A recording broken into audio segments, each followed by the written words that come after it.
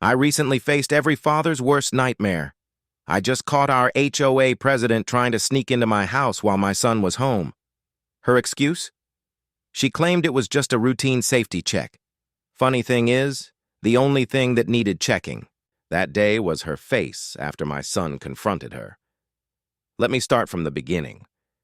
The first time I realized that Karen Livingston was something far more dangerous than your everyday neighborhood busybody was on a Tuesday. It was hot, the kind of sticky summer afternoon where the air itself feels heavy. I was pulling into my driveway, my son Leo silent in the passenger seat beside me, scrolling through something on his phone that probably had more lines of code than the entire tax system. We'd just come from his orthodontist appointment, a regular ritual of pain and payment. As I shut off the engine, my eyes caught movement at our front door. It was her, Karen Livingston, in her blinding purple blazer that screamed, "I run this place!" She was sliding a master key into our deadbolt. She twisted it, but before the latch could fully turn, the door cracked open. Leo stood there, hoodie half-zipped, staring her down. She jerked the key back like it had burned her. "Miss Livingston," Leo said calmly, "try that key again, and the lock sends a live alert to every neighbor." I stepped onto the porch, folding my arms behind him, silent backup, exactly where the camera could see me. Only then did Karen notice us. She pulled the door shut with a soft click, not slamming it, but closing it with the kind of smug ownership that made the hairs on my arm rise. She adjusted the gaudy gold pin on her lapel, the official seal of the Eagles Crest Homeowners Association, and started down the walkway as if she'd just been watering my flowers for me. I was out of the car before the seatbelt finished retracting. My feet crunched on the gravel. I was apparently 3 days late in sweeping, according to her last notice. "Karen," I called. My voice was steady, calmer than the storm brewing in my chest. She froze, one sensible flat hovering over the pristine sidewalk. She turned slowly, a mask of fake surprise sliding over her face. It was a terrible mask. It didn't fit. Her eyes, small and sharp, gave her away.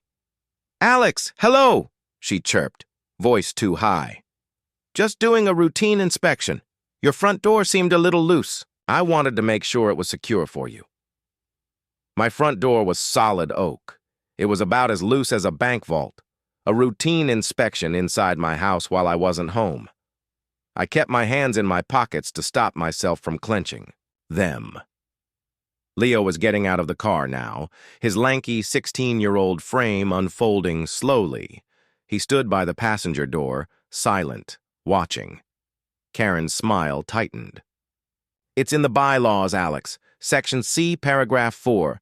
The HOA president retains a master key for emergency maintenance and compliance checks. I was simply ensuring the safety and security of your property." She said, "Your property," like she was talking about a stray dog she had authority over. This wasn't the first time strange things had happened. A coffee mug moved from the sink to the counter. A closet door left ajar. Little things designed to make you doubt yourself. I'd suspected, but never had proof. Now here she was, bold as brass, practically admitting it. "So you let yourself into my home without my permission, without notice, and without an emergency?" I said, letting the words hang in the thick, humid air. "It was a potential security issue," she countered, her cheerful tone dropping into the sharp, defensive edge I knew from HOA meetings. "A loose door is a security issue. I fixed it by closing it properly. You're welcome." She gave me a curt nod, as if she'd done me a huge favor, and turned to walk away. The sheer gall of it was breathtaking, like watching a trespasser claim they were just testing your alarm system. I stepped forward. "This is the last time, Karen," I said, my voice low and firm. "The very last time you set foot in my house without a warrant or my written invitation. Are we clear?" She stopped but didn't turn. I could see the muscles in her neck tense. For a long second she said nothing. Then, without looking back, she scoffed. It was small and dismissive, but it echoed across the manicured lawn. "Mind your tone, Alex," she said, her voice dripping with arrogance. "Remember who runs this neighborhood." And with that, she walked away, leaving me standing in my own driveway, rage burning through me. I looked at Leo. He was staring at the front door, jaw tight. He hadn't said a word, but I saw it in his eyes. His safe space had been breached. That was the moment everything changed. It wasn't about misplaced mugs or passive-aggressive notes anymore. It was about someone marking territory where they didn't belong. And that territory was my home. I knew then I would do anything, absolutely anything, to protect my son. What I didn't know was that my quiet, brilliant son already had a plan of his own, a plan far beyond a simple deadbolt. The battle had begun, and Karen Livingston had no idea who she was dealing with. She thought it was just a tired single dad. She was wrong. She was dealing with a father bear and his genius cub, and together, we were about to build a trap she'd never see coming. The only question was, what kind of trap could ever be clever enough to catch a snake like her? Moving to Eagle's Crest had been my idea of a fresh start. After my wife passed, the city felt too loud, the memories too sharp. Leo, only 14 then, had retreated so far into himself he barely spoke. He found his peace in the green glow of a command line, in the orderly world of code. I found mine in the thought of green lawns, quiet streets, and a community where maybe, just maybe, he could feel safe again. The brochure for Eagle's Crest looked like a dream. Happy families, a lake, and a promise of secure community living. The Homeowners Association was pitched as a blessing, a group of neighbors keeping the place pristine. Our real estate agent had called the HOA president, Karen Livingston, wonderfully dedicated. Looking back, that was just a polite way of saying power-obsessed dictator with a clipboard. For the first 6 months, it was fine. We settled in. I got used to the oddly specific trash can rules, and Leo seemed to enjoy the quiet. He even made a friend down the street who liked computers, too. But then the notices began. Our lawn was a 1/4 inch too high. A garden gnome my late wife loved was deemed disruptive. Each violation came with a fine and a subtle threat of further action. Annoying, yes, but I figured it was the price of living in paradise. I paid the fines. I moved the gnome. I kept my head down. But Karen's radar was military grade, detecting even the smallest non-compliance. She thrived on it. At the HOA meetings, she stood at the podium, her voice ringing with authority as she publicly shamed residents over trivial things. She wasn't just enforcing rules. She was feeding on control. She knew who was struggling financially, who was arguing at home, who had a sick kid. She used these personal details like weapons, keeping everyone in line. The master key was her, ultimate symbol of power. Originally created for true emergencies, a fire, a burst pipe, in her hands, it became a skeleton key to everyone's privacy. People whispered, "I swear she was in my house," my next-door neighbor, Mrs. Gable, once told me. "My husband's medals were out of their case. I never leave them out." But no one ever had proof. Just a feeling, a creeping sense of violation you couldn't pin down. Karen was careful. She was a ghost. My best friend Hank, who'd known me since we were dumb kids jumping off garages with trash bags as parachutes, thought I was paranoid. "Dude, she's an HOA lady, not a spy," he'd said over the phone. "They're all a little strict. Just buy the right lawn gnome and relax." He didn't live here. He didn't see the fear in people's eyes when her car cruised by. He didn't feel that cold dread that maybe someone had walked through your home, touched your things, breathed your air. The day I saw her walking out of my house was the day suspicion became certainty. That evening, the conversation with Leo was one of the hardest I've ever had.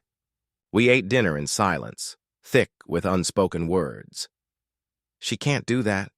Can she, Dad?" he asked quietly. Legally, no, I admitted. Morally, absolutely not. But she runs the board. It's her word against ours, and we don't have proof. He looked up, and for the first time I saw the same fire in his eyes that I felt in mine. It wasn't just fear anymore. It was anger. "What are we going to do?" he asked. I told him I'd look into new locks, maybe a simple camera. He just nodded, but his face had that look, the one he got when solving complex code, already seeing the solution. "A camera is a deterrent," he said, voice calm but steady. "It tells her we're watching. She'll just get smarter. She'll find another way." He was right. Poking the bear wasn't enough. We had to build a better cage. That night, after I thought he was asleep, I heard the rhythmic clack of his keyboard. It went on late into the night. He wasn't just browsing. He was building something, forging a weapon. The question was, when it was ready, would we be prepared to use it?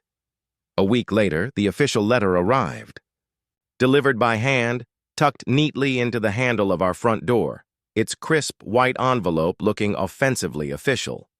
It was from the HOA's Architectural Review Committee, chaired by Karen. The letter claimed the small solar panels I'd installed on the back slope of my roof were in violation of a new rule, a rule passed just 2 days earlier at an emergency session I'd never been notified of. The panels had to be removed within 7 days or face daily fines of $100. It was plain retaliation, a punishment for standing up to her. When I showed Leo, he didn't G. The plan was bold. Create a fake security system for the entire neighborhood and hand Karen the keys. The idea was simple on the surface. We'd install a new, state-of-the-art system at our house, complete with a few dummy cameras placed where anyone could see them. Then, at the next HOA meeting, I'd stand up and announce, reluctantly, that to comply with community safety standards, I had invested in this system. And here was the kicker. I would offer the master administrative access to Karen as president, so she could help protect the neighborhood. Leo called it the honeypot, an irresistible lure for someone obsessed with control. The portal he designed was a complete illusion.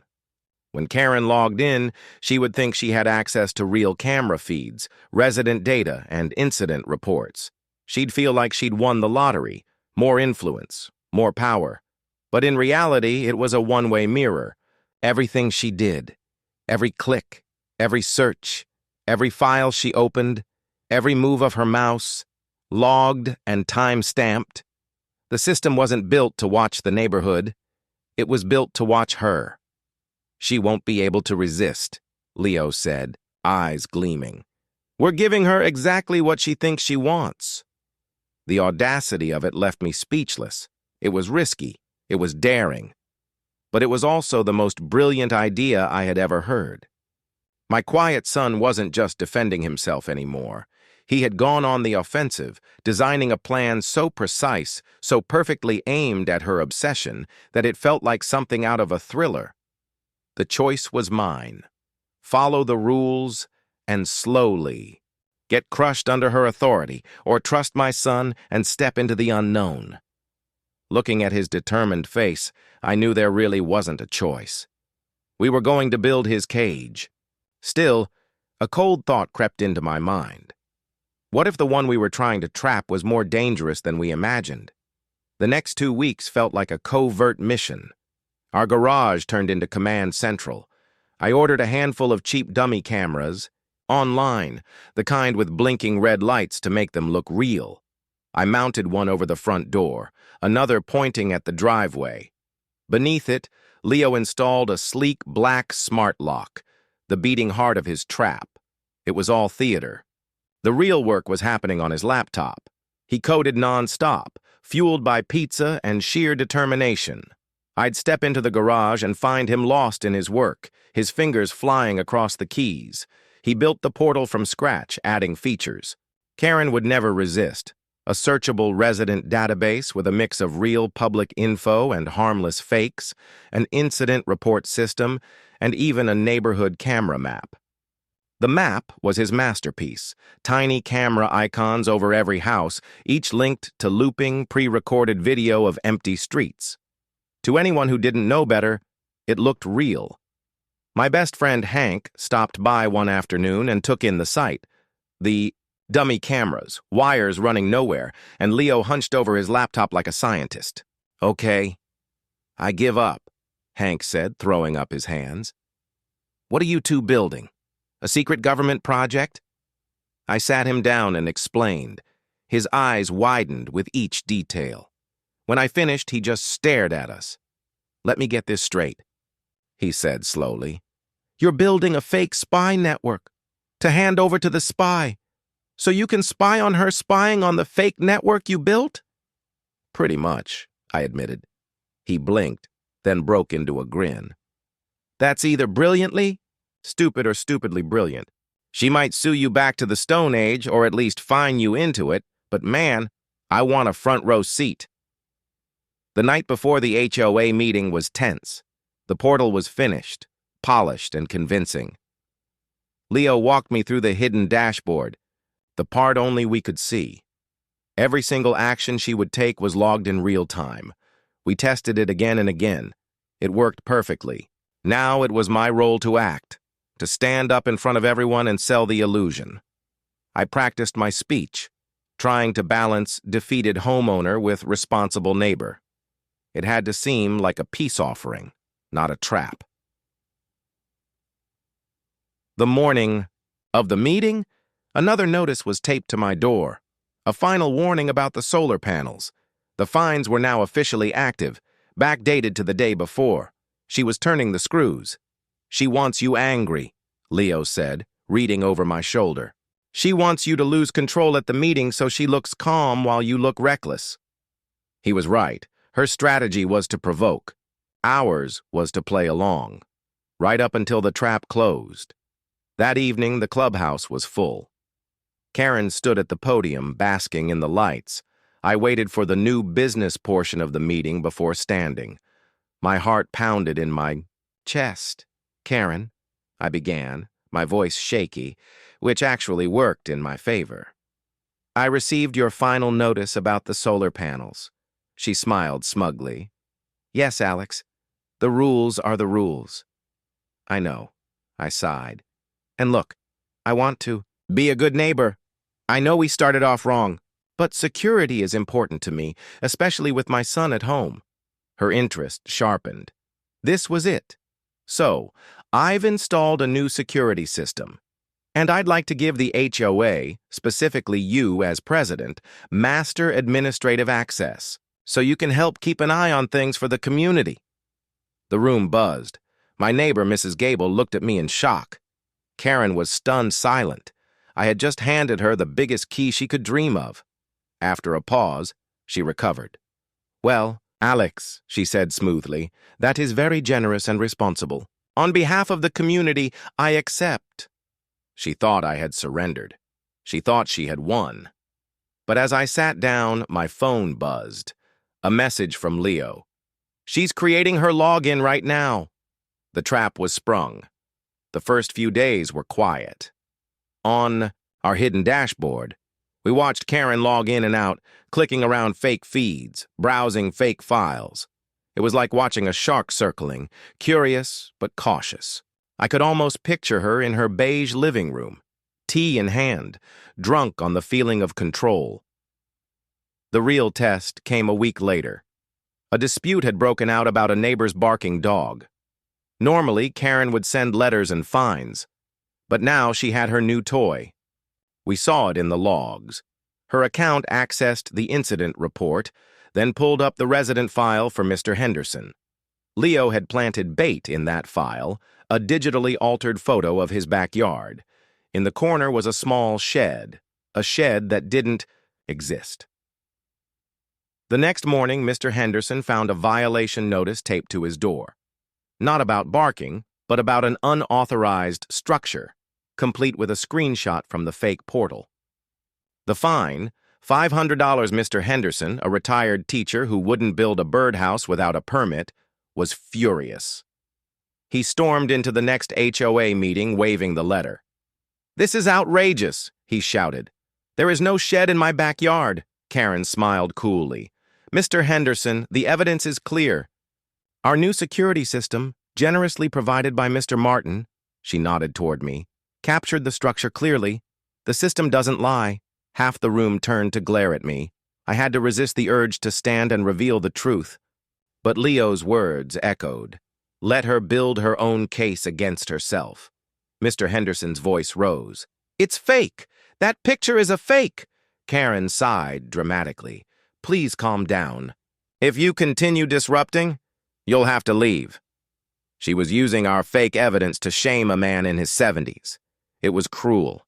It was calculated, and it was exactly what we needed, our first undeniable proof. We now had logs showing her access, the fake photo she viewed, and the violation she issued because of it.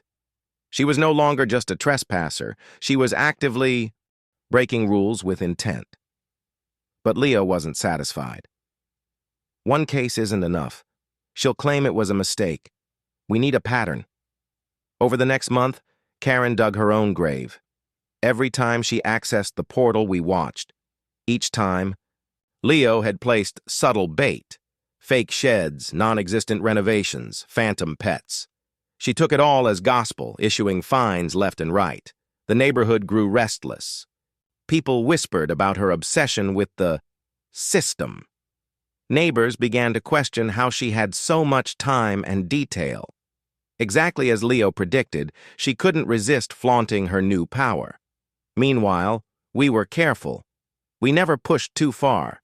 We let her believe she was in control. I played my role at meetings, nodding, accepting, even thanking her for her vigilance. Inside, I burned. Watching her target my friends and neighbors with lies, using our own trap to feed her need for control, it was infuriating. But every click, every violation, every smug announcement was another nail in her coffin. Then came the night everything escalated. Leo shook me awake at midnight, his eyes wide with excitement and fear. "Dad, she's on right now, and she's not just browsing." He pulled me into the garage where his monitors glowed. The portal logs scrolled endlessly. She wasn't just checking cameras or filing reports. She was in the admin panel, the one feature Leo had hidden like a landmine. It didn't actually control anything, but to her, it looked like the nerve center of the neighborhood. Override functions, lock commands, data access. It was pure theater. "She's trying to activate the locks," Leo whispered. "Look, she thinks she can lock down Henderson's house." On screen, we watched her click through fake menus, issuing command after command. To her, it probably felt like being a general at war. To us, it was proof beyond doubt, an abuse of authority. That went far beyond fines. "Record everything," I told Leo. "Already done."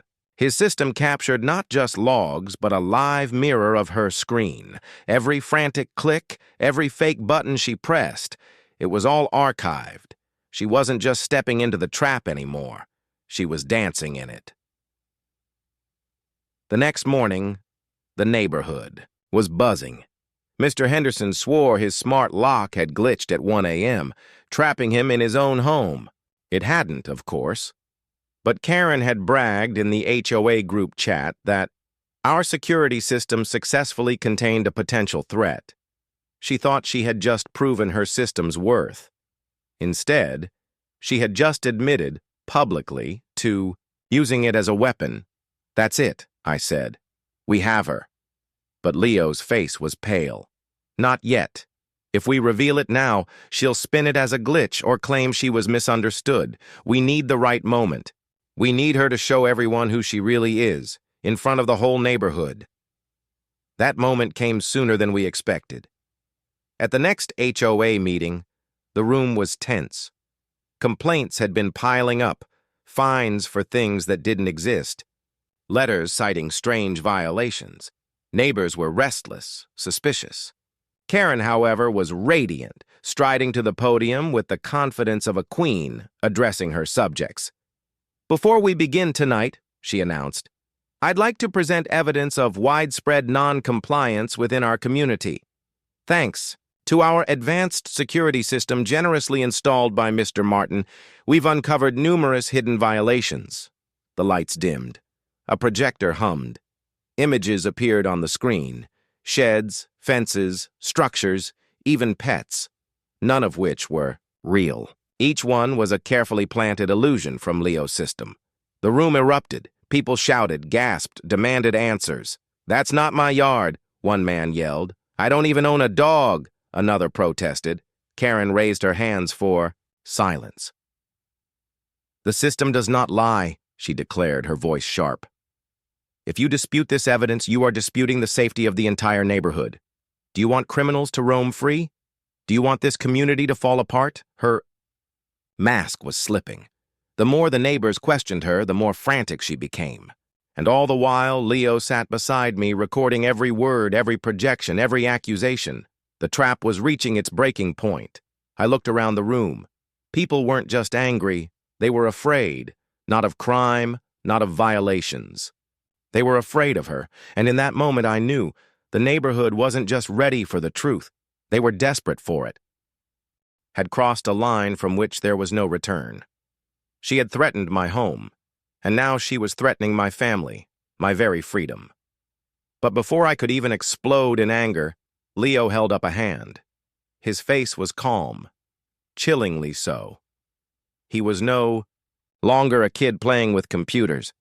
He was a surgeon in the middle of a critical operation. "It's okay, Dad," he said, his voice steady. "It's better, actually." "Better?" I choked out. "Lo, she's setting us up."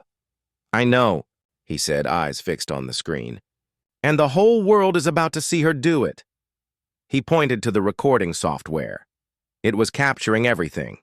The chat logs with her accomplice, the live video of her sneaking in and staging fake evidence, the screen capture of her sending a false report to the authorities. It was a perfect, self-contained package of her crimes delivered by her own hand. Undeniable, irrefutable, beautiful. This was the real twist. The jaw-dropper wasn't just that she was corrupt. It was the sheer, multi-layered malice of her plan and the elegant, accidental perfection of our trap. We set out to catch a mouse and ended up catching a dragon. She thought she was weaving a web to trap me, but every thread she spun was another bar in her own cage. The portal had been the perfect lure. It made her feel so safe, so powerful that she got sloppy. She used our network, her personal laptop right there in the open, thinking no one could ever see her.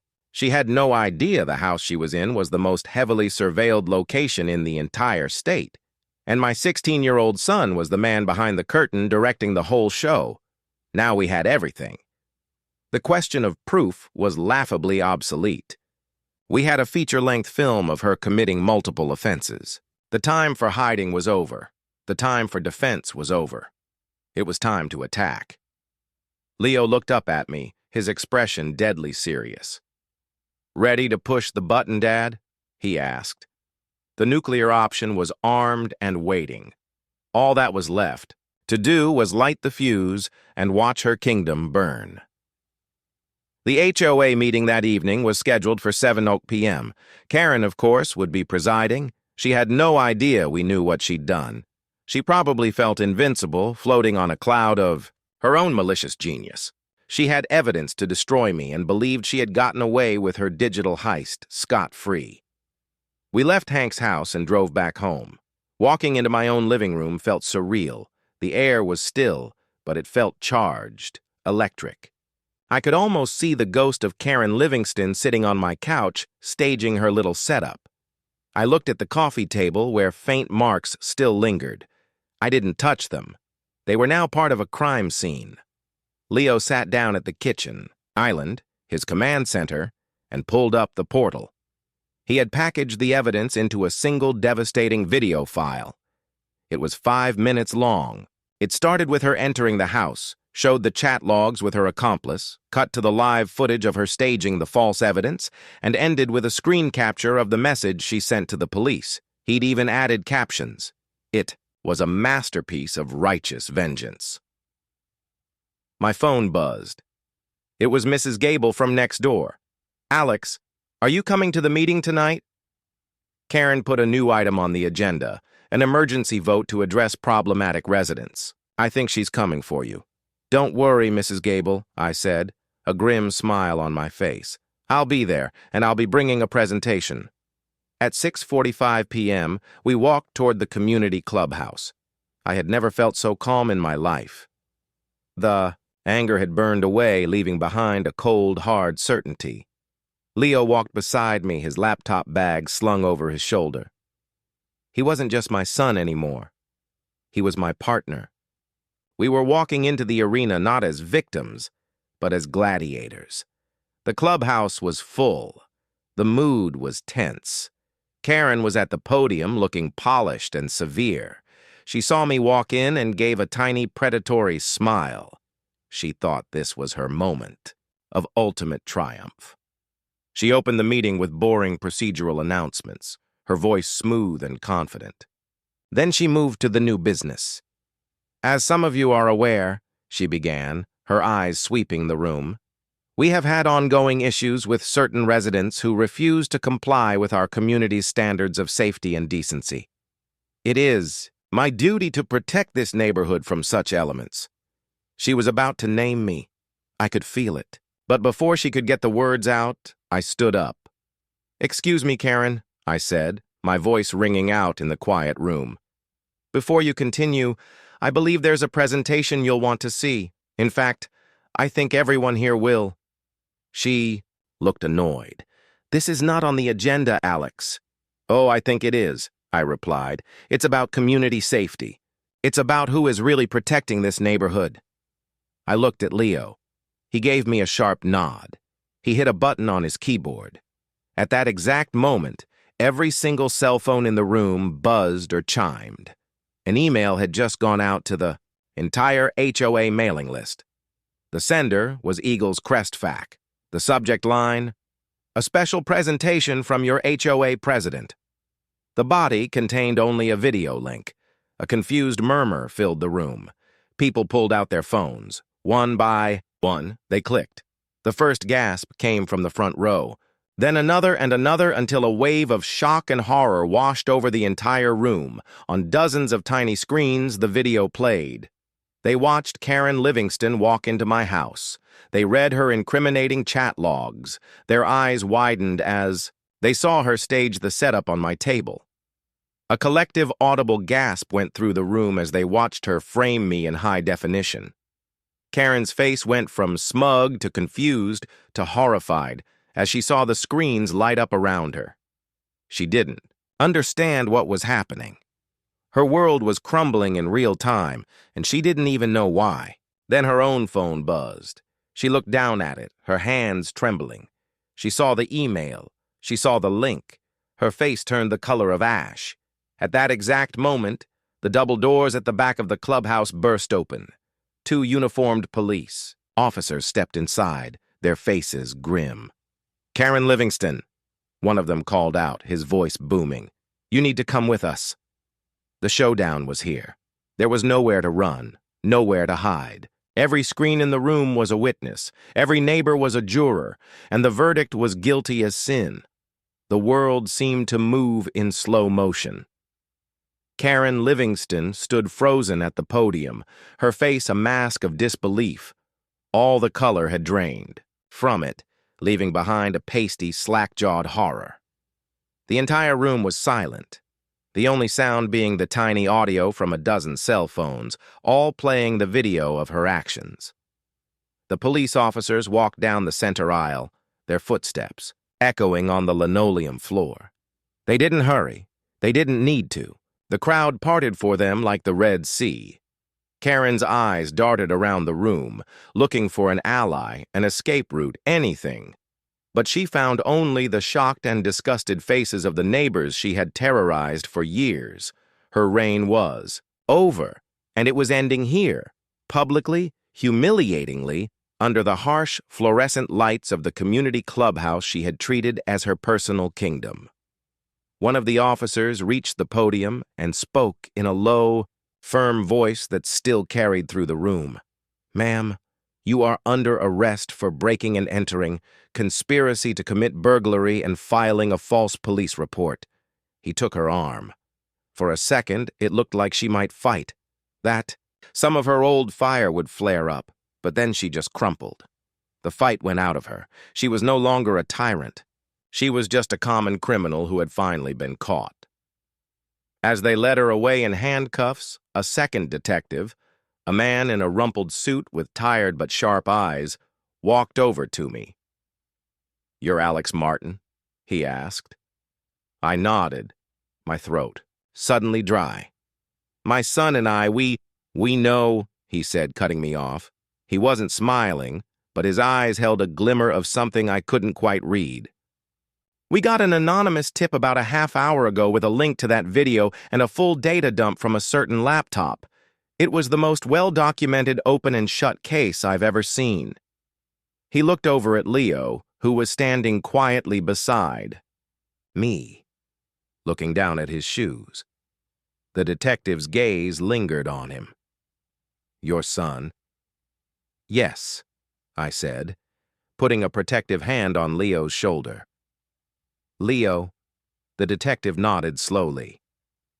"The tech guys at the precinct are having a field day with this. They said the network infiltration, the data capture, it's seamless, professional grade, far beyond anything we've seen from a local criminal crew." He turned his full attention to Leo. "Leo, can I have a word with you?" My heart seized. Were we in trouble? Had our digital vigilantism crossed a legal line? But the detective's tone wasn't accusatory. It was impressed. He led Leo a few feet away, and I watched them talk. The detective was pointing at Leo's laptop, asking questions. Leo, for his part, started to explain, his hands moving as he described code and protocols and network architecture. The shy, quiet kid was gone. In his place was a confident expert briefing a senior officer. After a few minutes, the detective came back over to me, leaving Leo to talk to another officer who looked at him with undisguised awe. "Mr. Martin," the detective said, a small smile finally breaking through. "Your son is something else. You know that, right?" "I'm beginning to realize that," I said, my voice thick with emotion. "He just wanted us to be safe."